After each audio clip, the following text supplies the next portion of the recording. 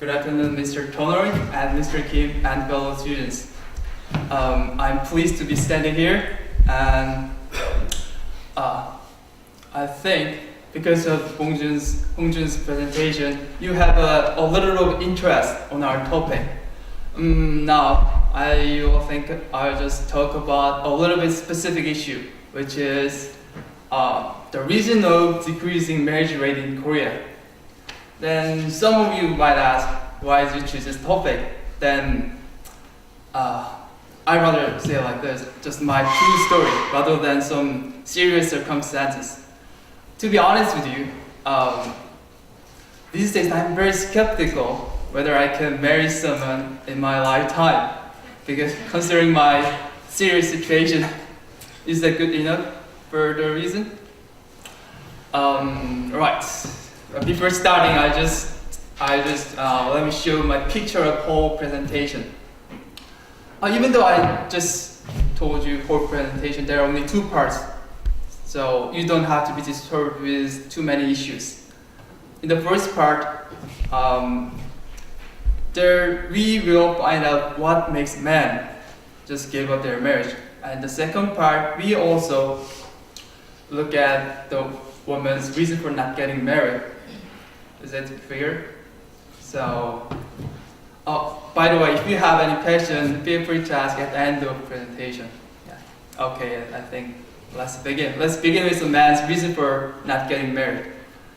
When it comes to man's reason to a male, I think I can explain just one word: the cost, the money.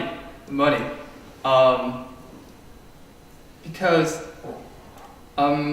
men always have to pay for the much part of the money, the buying a house or wedding anniversary.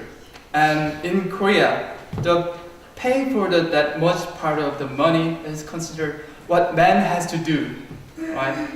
And this is traditional way of thinking. And there's also the word explaining this. If like this, if groom buy the house, then what's that? Sorry, just for a second.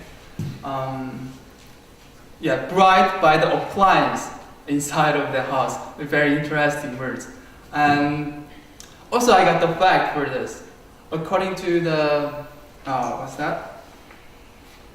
Newspaper Korea Herald, there was the article, and Ministry of Women Affairs actually studied 2,500 couples in 2010, and they found out the fact the average cost of the marriage is 80 million won for men and 30 million for female.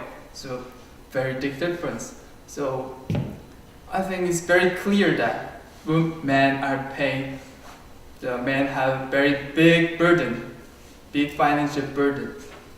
So how about the woman then? Let's look at the woman's case. I will start with the statistic first. According to the population census conducted by National Statistical Office, in 2011, the number of single women has been triple between 2000 and 2010. Hold on. Could I just digress for a second here? Have you heard the word goldsmith in newspaper or magazine?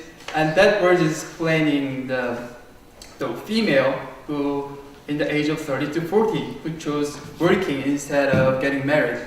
And actually, that the increasing number of that groups is explaining the statistic that I showed you a moment ago. I hope you understand.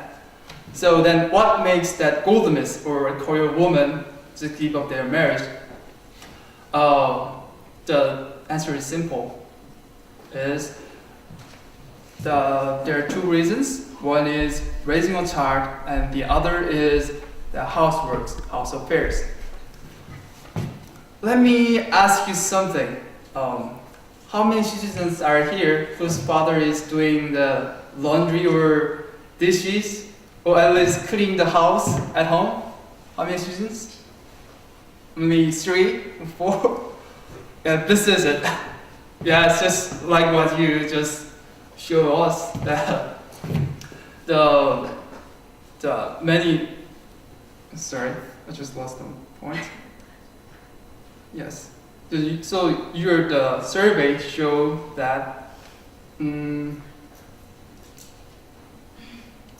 more and women are becoming goldsmiths because of these reasons. But here, don't miss the point, because you are not blaming your father, right, at home. So we can blame men here as well.